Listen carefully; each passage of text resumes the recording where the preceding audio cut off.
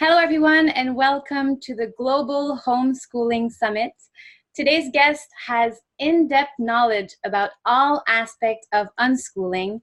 She is a mother of 5, a conference professional speaker, distinguished Toastmaster with over 20 years of experience, certified Canadian family life educator. She is a consultant and a best-selling author.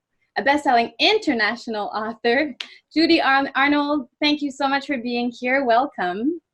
Thank you for having me. It's my pleasure. And to begin with, could you begin by telling us your personal definition of unschooling and self-directed learning and the difference between those two and homeschooling? Okay, that's a really good question because people ask that all the time. And what I like to do is, my personal definition of unschooling is that the learner decides what they're going to learn, when, where, and how, and even if they want to learn something. So the control is all within their prerogative. So in my book, I like to use the buffet analogy. So I even have props here. So let's say you're at a buffet and the child is standing there, the learner. And in school, it is the school that decides what goes in that child's plate from the buffet. In homeschooling, it's usually the parent that decides what goes on that child's plate. Oh, printing's backwards. And in unschooling, it is usually the child or the learner that decides what from the buffet they're going to pick and put on the plate to learn. I see. Great. And so you've chosen unschooling for a method of education for your children.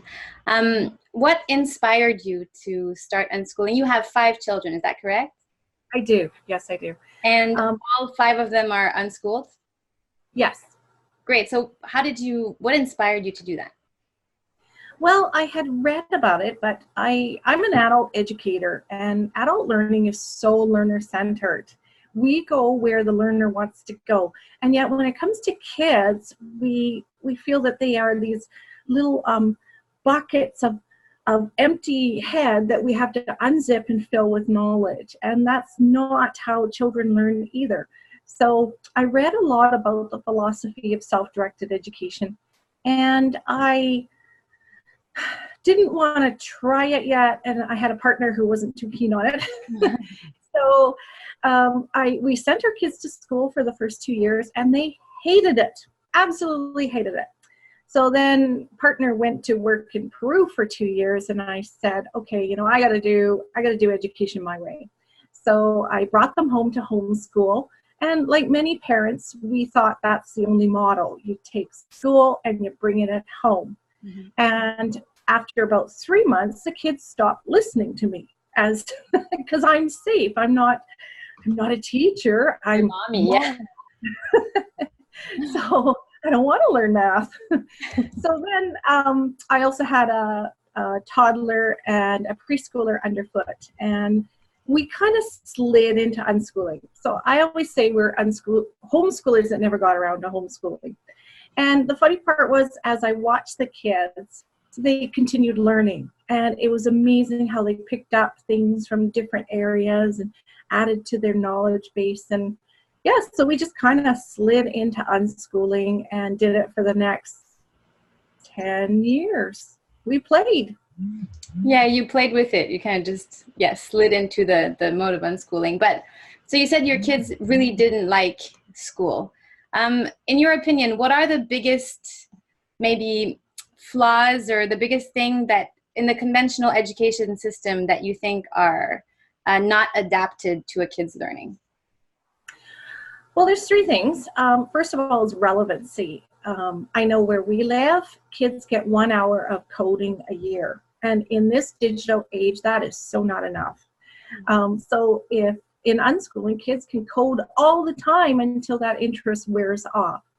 Another thing is the educational system is way too slow to change. It's a huge bureaucracy. We're still teaching curriculum that was invented 15 years ago before the smartphones.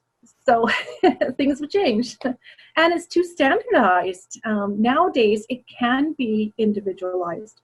Mm-hmm.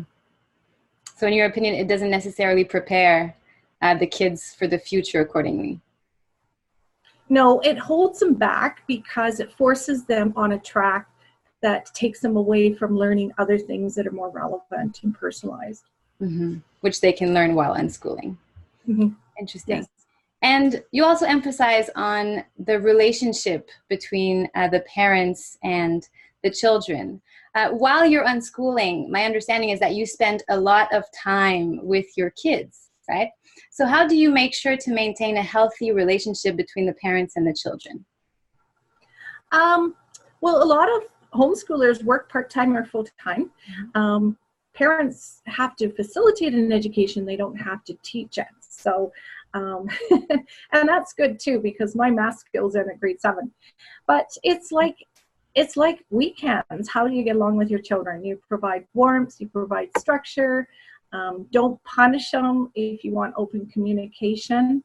And although you're in the same house, you're not always together. That's kind of a myth. I do my thing at the computer. They do their things. They go off and play Lego or make a puppet show. And kids take ownership of how they spend their time so that you're not there constantly entertaining them. And I made that very clear from the beginning with my kids, is that you own your learning. You, within safety parameters, go for it. So you don't necessarily have to make a distinction between right now will be learning time and later on will be relationship time. It just combines together and it's always a learning path. Is that how it works? Yes, every child is born breathing and learning. Mm-hmm. So when you unschool, there's no school time or learning time. When you live, you learn. So any child who's breathing is learning. I see. And so while unschooler students, they self-direct their education, they follow their passion. And as a parent, how do you make sure that you don't interfere in those interests or those passions with your own? How do you make sure you just support their interests? I think a lot of parents offer resources, try and point their kids to certain ways. And kids do need a parent or caregiver as a facilitator. It's not like a 5-year-old can jump in the car and go to the library and get a book on their own. Right. But there's a fine line when parents start pushing their own agenda too far. You'll notice pushback. The kids will let you know, I'm not interested. I don't want to learn this. And your job is to back off then and just let them go forth to where they need to learn at that moment. Okay, so just listen to their needs and listen to their interest and provide the resources that would be supporting these interests. That's right. That's right. Okay. Yeah. And you've mentioned earlier about not punishing your children when we were talking about the relationship. You have written a book called Discipline Without Distress, which gives parents tools for raising caring, responsible children without timeout, without spanking, without punishment, or bribery. So what are your best advice for the parents listening on discipline? Best advice is that for young children up until ages 4, just redirect, childproof, supervise. And once kids get their executive function skills, so they have a little more self-control around 4 or 5, then your go-to tool there is problem solving. And that's probably one of the biggest things I had with the school system and education, is that it is coercive. It is punitive. And when I'm following a non-punitive parenting path, it was really hard for me to see my kids subjected to learning that had to be bribed and coerced. And it just didn't fit with my philosophy. So for parents looking for more non-punitive parenting, there are lots of resources out there, and unschooling really fits with that. Mm-hmm. And specifically for teenagers, What are your advice on discipline when it comes to older kids? Well, I think teenagers are wonderful. It's the best years, and you're in the last third of parenting, so treat them as the adults they are becoming. And if you problem solve things with your partner, why wouldn't you do that with your teenagers? So everything can be solved if two people put their heads together and think up solutions. So problem solving is the go-to tool. Mm-hmm. And unschooling gives them a lot of the tools as well to be able to become problem solvers themselves, right? Absolutely, yes. You're living together. I'm not saying there's no conflicts. There's a lot of conflicts when families live together. That's normal, and you have practice in resolving them to everyone's best outcomes. Interest. And also, one of your main focus is brain development stages. And you emphasize on the correlation between brain development stages and homeschooling or unschooling in this case. Can you explain to me and our audience, how does brain development stages fit with unschooling? Okay, so there's several stages, but the first stage is 0 to 5. And that's where the neurons are connecting with each other and forming pathways. That is the most important stage of development that lays the groundwork for the future capabilities of the child. And at that stage, we trust parents to do a good job of teaching. Mm-hmm. So, and then we take away that trust when that child has 6 birthday candles on the cake. And unschooling just continues that trust. So through the school age years, kids are sponges. They're soaking up so much knowledge, and they can talk and walk, and they're just love learning. And that fits really well with unschooling, is you just go where they want to go. Mm-hmm. Excuse me. And then they reach the teen years, and around age 13, kids start getting their abstract thinking skills. So that's a good time to take their knowledge that they've learned through play and transform it to a more paper-based method of delivery, if they choose that.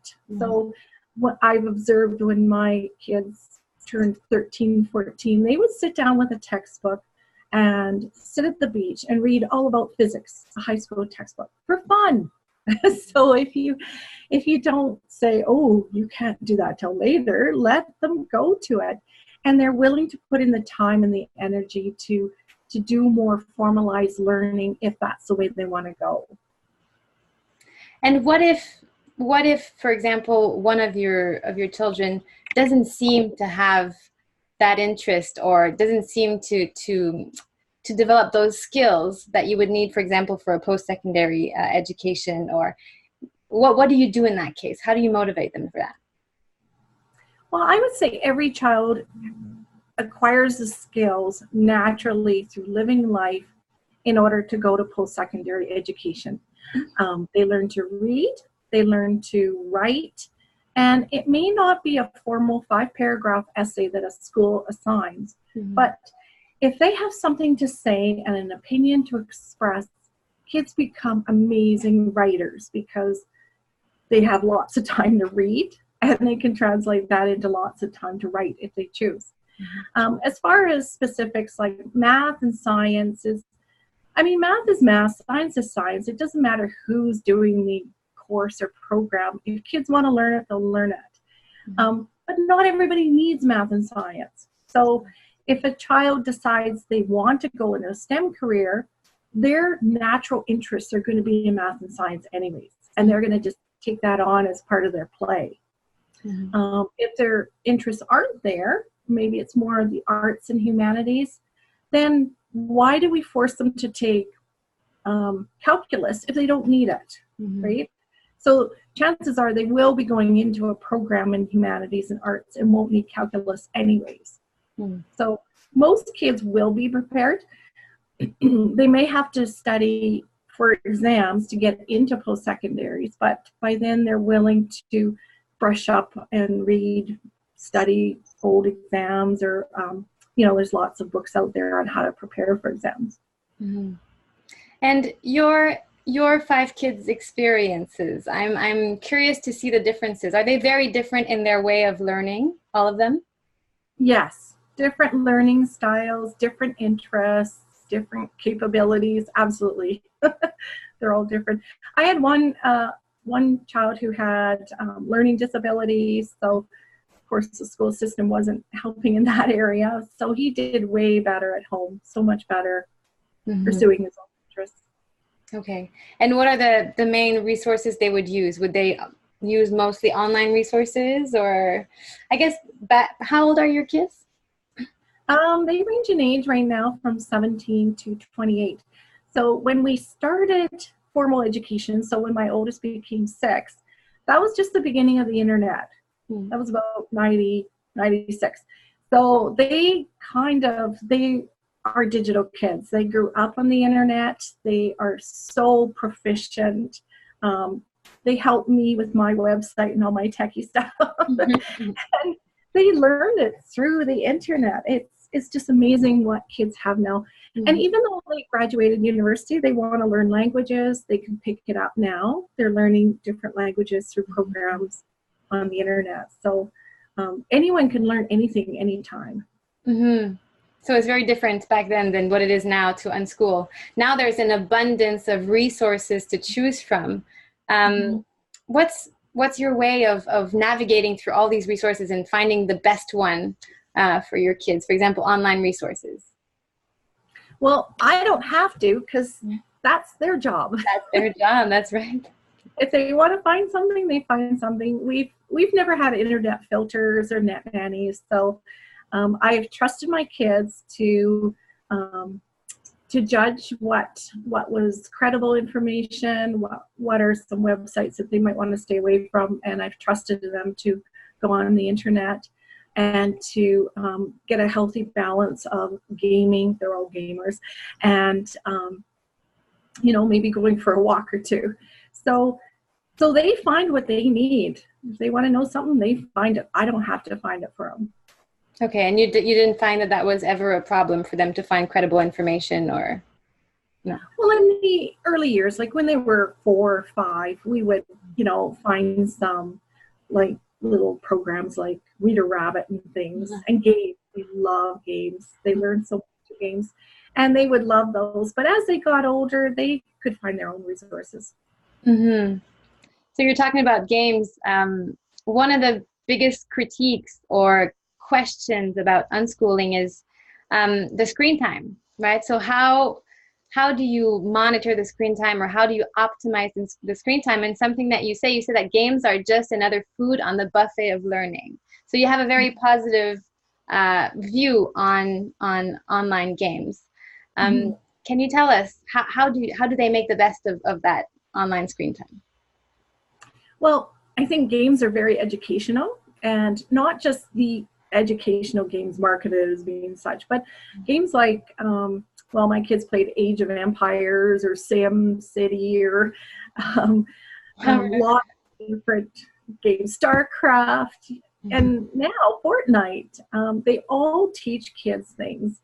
We've never put limits on that because we had sat down and talked to our kids and said, this is what you need for a healthy lifestyle. You need to get up once in a while and go exercise, or don't eat at the computer because then you don't know what you're eating.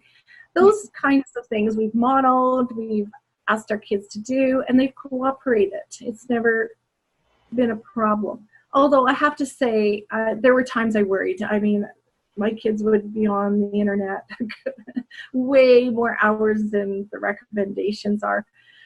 But they are learning too. So, and as far as the addiction concern, children that come from healthy backgrounds with low ACE scores are pretty well, have a very low risk of addiction from internet or gaming, right? So the research just isn't there that says that if you spend 16 hours on screen time, it's bad for you, especially when kids have learned to walk and talk and read a bit. And through online gaming, they can still. What are the main skills that they learn while doing online gaming, for example?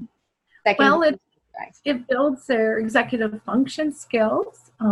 It helps them build delayed gratification. It helps them with self-esteem. It helps them build teamwork. A lot of the games you have to commit, so that's building that work ethic. Commit to teams or guilds. Those guilds have conflicts, so they learn problem solving. They learn a lot of things through the process of playing games and also through the content of games too. Mm-hmm.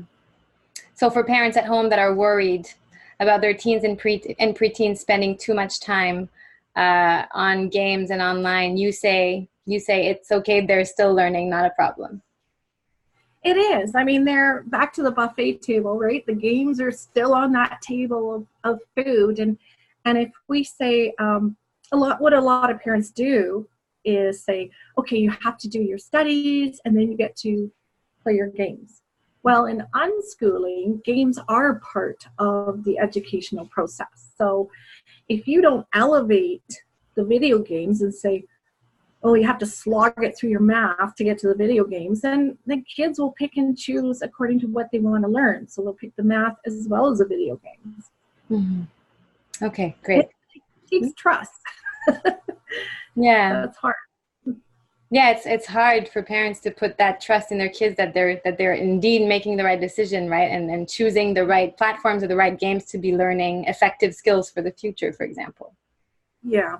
And that's within reason. I mean, as a parent, you still, until they're teenagers, you still can control what comes in your house. So you're not going to go out and buy Call of Duty for your 6-year-old, right? And your 6-year-old probably doesn't have money to go and buy it. So yeah. So you still, you can still, to some extent, monitor the positive games and the ones that aren't so positive. Yeah. Yeah. Until a certain age, and then you can't. Well, yeah. What's that certain age that you would say that the kids usually become independent and make their own decision regarding that aspect? Well, I found probably about age 10, 11, 12. That's when my kids had the technical ability to access things or to work around things that they could access things themselves. So that I couldn't. So you give up at that control. Point, you have to let them fly of their own wings and make their own decisions concerning that. Yeah. They do. They make their own decisions, and you're here as their resource. So if they don't understand anything on the internet, they can come to me and say, what does this mean? Or I don't understand this. Mm-hmm. And with good communication, you can explain things and say, well, maybe this could be inappropriate for some people. Mm-hmm. And you're there as a resource. Yeah. And do you believe that giving them that freedom of making their own decisions, does that reinforce the trust that they have in their parents? Do they come back to you and ask you more questions because you give them that trust? Yes. Because we've never been punishing parents. They trust us to come to us with any kind of problem or question, or we have great discussions on philosophy, and they're pretty savvy internet users. They can spot a scam. They can spot non-credible information. They can spot fake news. They're very digital good. Mm-hmm. And they end up teaching you things along the way, right? We all remember that switch when we're growing up, that we start teaching things to our parents. That's very exciting. Yeah. Yes, they do. They teach me a lot. They're my go-to resource for techie stuff. That's great. And another big critique about unschooling is the social part of it, right? Socialization. That's a very common question. So what do you say? How do you respond to that question? That's such a common question too. And I tell people that unschooling and homeschooling is very good in socializing kids because you're taking them out of a contained space. So physical schools are quite, how do you say that, homogenous. They tend to have the same social strata and the same types of population, whereas if you put kids in the community to educate them, they're exposed to a bigger range of diversity, all ages, genders, cultures, religious backgrounds. They have the ability to socialize with a wider group, and it's good for them. Now, I can't say that bullying is totally eliminated. There is a little bit of bullying maybe, but it's contained, and there's usually a lot of adults around because we adults want to hang out and socialize with each other too. And when there's a problem that erupts, the adults are right on it. A child doesn't have to go to school, wait till 4:30 to come home and talk to their parent about something that they can't or can't do the next day in a bullying situation. So we teach kids how to manage it. We don't run from it or hide from it. We help, and the bully too, we try and help them too. So I think it's very good socialization. It teaches kids to be accepting and open and curious about other cultures. And especially because we have the time to travel, right? So travel is just the ultimate in socialization and opening your eyes up to how other people live.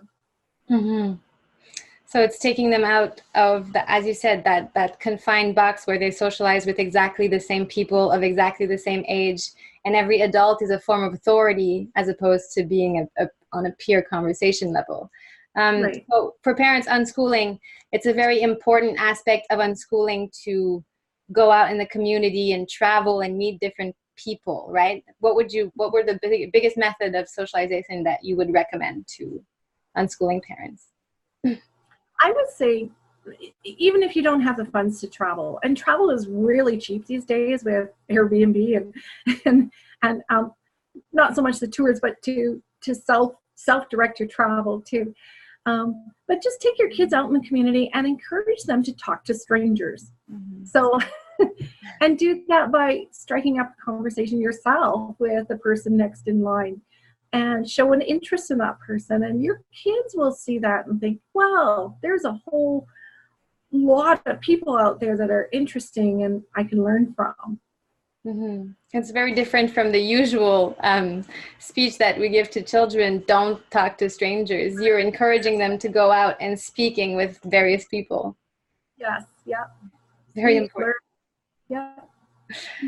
Yeah, and as a parent, while unschooling, how do you make sure that the students keep that motivation of learning? I know one of the big concerns for parents as well is when they become teenagers, maybe they'll get, they'll want to hang out with their friends, or they'll want to do something that's not, how do you make sure that they keep that motivation for learning? Well, I don't think parents don't have to keep it. All we do, as Pat Ferengo says, is stay out of their way. So they are born with that motivation. They keep that motivation, that curiosity for learning. And as long as we don't try and take them off their track and move them onto our track, they will maintain that curiosity. Even when they go out with their friends and socialize, they have a lot of interests and projects that they have on the go. And at various stages, my kids did go back into the system, maybe lasted anywhere from 2 weeks to 2 months. And the main concern was they didn't have time to pursue their own interests. So kids never lose motivation for learning, never. Now, there are dry spells where we don't see evidence of learning. And if you compare it to the school system, it's all about proving learning. It's all about documenting learning that can be measured. And we don't have that in unschooling. We can't see invisible. It's invisible to us. And we're not going to force our kids to produce documentation because that goes against our philosophy of then it changes the learning. So parents and caregivers and governments just have to trust that kids are learning and they're progressing without evidence. Yeah, that's also that was my next question. How do you measure, I guess, their progress or their success if you don't have academic tests and all that? And the question would be, why do you want to measure it and who do you measure it against? So I would suggest the best measurement is your child progressing from their abilities last year in different areas? Do they read more complicated stuff? Do they use more vocabulary when they talk to you? Do they have another opinion on a philosophical discussion? As a parent, you see your child every minute of the day progressing from where they were. And you don't have to prove that to anyone, whether it's a school or a government. You are the primary facilitators of your child's education. And if they're progressing against their previous progress, that should be good enough for everybody.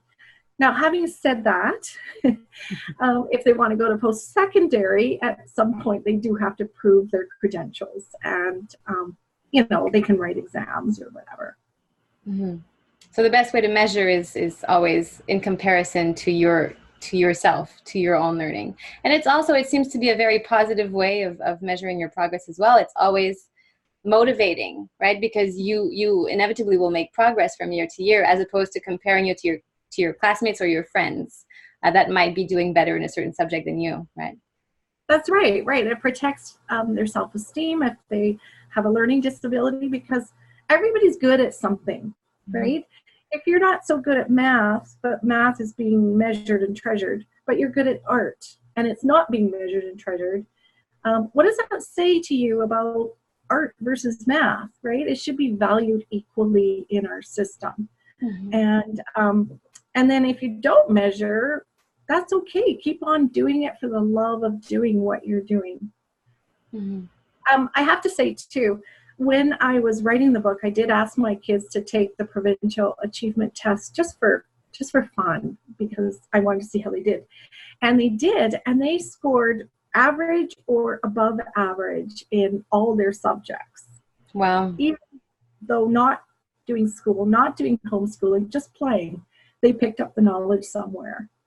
And you think that's common? That's common for unschoolers? Yes, so common.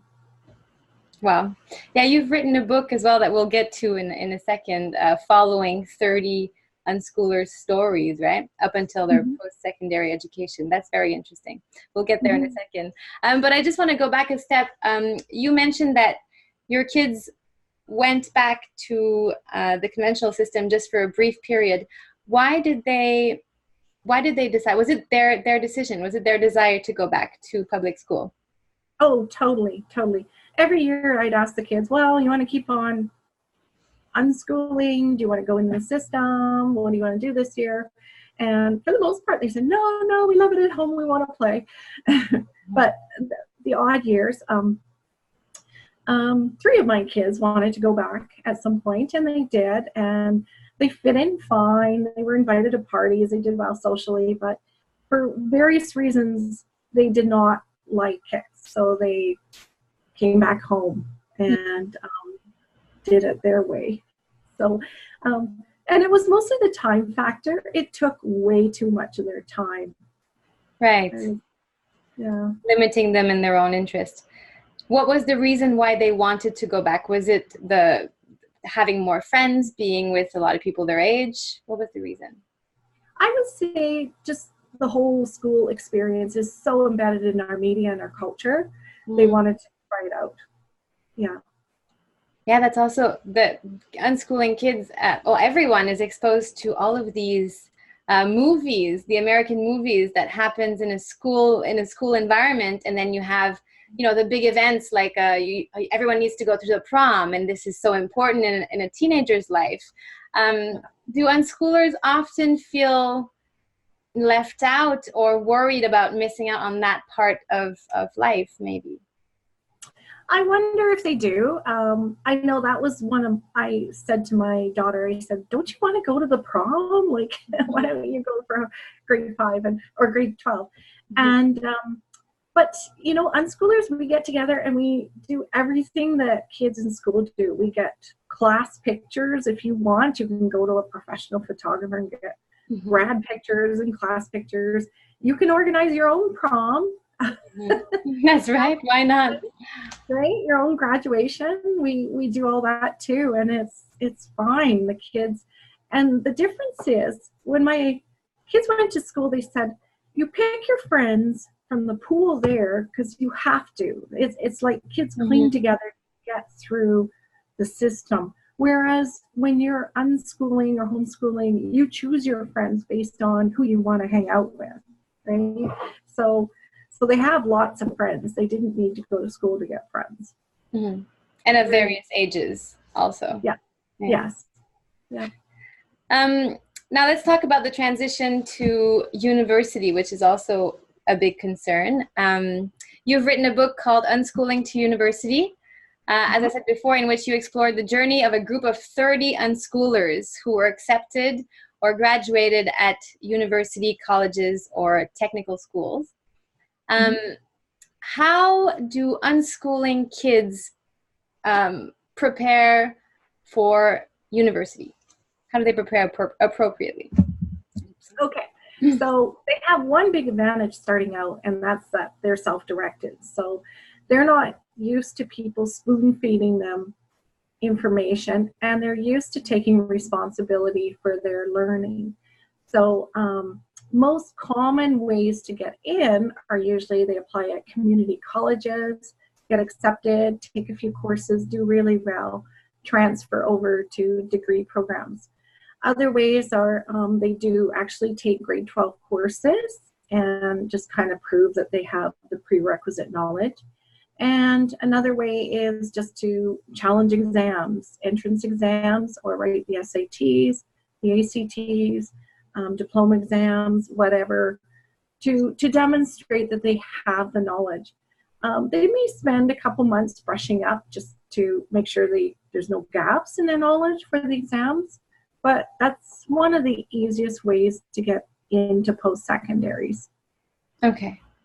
So going through the test. And from your experience during your book, you followed 30 unschoolers. Were all of them ready for university when they got to that point? At various ages. Not everyone's ready to go at 18 or 21. So that was an interesting, I didn't actually record the ages they went, but yeah, they all must have been ready to go at that time they went. So the 30 kids are either my kids' friends or my friends' kids. And about the time my three oldest they all went into post-secondary at the same time, and I looked around and thought, whoa, all these kids are going too at the same time. Like, how come nobody researches us or asks us how this happens? Because this is amazing. And of the 30, 21 have already graduated their degree programs or diplomas. 10 of them are in the STEM careers. So 4 of them are engineers. 10 are in humanities, anywhere from economics to psychology to English. And 10 are in the arts. And quite a lot are in music, visual arts, drama. So it's very interesting to see how everybody got there. And I like to talk about unschooling in STEM because everybody's really worried about STEM these days. Right? You see toddlers with toys marketed as STEM toys, which is science, technology, engineering, mathematics. But I try and explain it that kids we're not taking shortcuts. We're not starting from scratch when they take a math course at age 16. They translate all their knowledge of math that they've learned through play and projects and volunteering, and then they start to learn how it works on paper. And their brains are at a stage that they can synthesize that very fast because they have their abstract cognitive ability by then. Interesting. And I was just talking to one of our other speakers, and he was also giving us a similar example with Legos. Legos are offering actually programs like that for kids to play with Legos and build and build even coding or startup, give you the basic skills to be able to work towards that, right? So it's from a very and I think there's so many resources. There's such good coding programs on the internet that any child who wants to learn can learn. Really, they can teach themselves from a very young age as well. Yeah, it's very impressive. Yeah. And so, how did those kids, or even your kids in particular, how do they transition to the university way of of education, like deadlines and assignments? And is there a problem in adapting to that? Okay, well, sorry, 3 of them actually lived out of city, so out of province. And so they were on their own. They were in residence, first time away from home. They did fine socially. They learned how to cram. Okay. But I think their learning curve was not as big as other kids there, because they had learned to take responsibility for their learning a lot earlier. So they wouldn't wait, again, to be spoon-fed information. They would be much better at going further and finding out what they needed to know. I think they did. They acclimatized very well. Mm-hmm. Yeah, that was a common thing that we hear as well, is they're more prepared because, as you just said, they have self-directed their education, so they're more independent already at that point, right? And I'd have to say too, they're more independent the other way, in that if they don't see the value in learning something, they kind of go, oh, I don't know if I want to do this. But also they recognize that there are some things you got to jump hoops for to get something. So they do sometimes have to do it. Right. And as far as learning in a group environment, in a classroom setting, and having to raise your hand and ask questions and all these, did they ever find it challenging to adapt to that, or no? They learned that really quick, how to fill out a bubble exam, or how to raise your hand. I think the common question I got was, especially during the teen years, when my kids would sleep until 2 in the afternoon, and people would say, well, how are they ever going to get up for a job at 8 a.m.? Or how are they ever going to get to a university class at 7 a.m.? And I said, well, when they need to, they will, right? Which is what unschooling is. When kids need to do something or learn something, they will. And they did. They got up at 6 a.m. for an 8 a.m. class. And the 3 oldest ones are working in career jobs now, and they get up every day and go to work. And the point is, kids don't need years of practice in order to develop good habits. They can change things in 3 days. When they need to, they can do it. Mm-hmm. Awesome. I'm sure that's very inspirational for parents that are worried about that. Yeah, it's good to hear, I'm sure. And you're from Canada, from Alberta. And could you specify maybe the legal side of how do you follow, I guess, under the umbrella of homeschooling? How do you follow that to be able to make sure that your kids are able to go to post-secondary school? Okay, so unschooling is usually undertaken under home education, and basically it's a method of delivery. So self-directed education is the method of delivery under home ed, which is totally legal. In almost every province or state, parents have the ability to determine methodology and content, although not in every place, for sure. So it is legal. And then I know across Canada, most of the big universities, you don't need a diploma to go to them. You need about 5 grade 12 course marks. And you can get those by writing exams or by actually taking the course. So that's kind of how you can get in pretty well.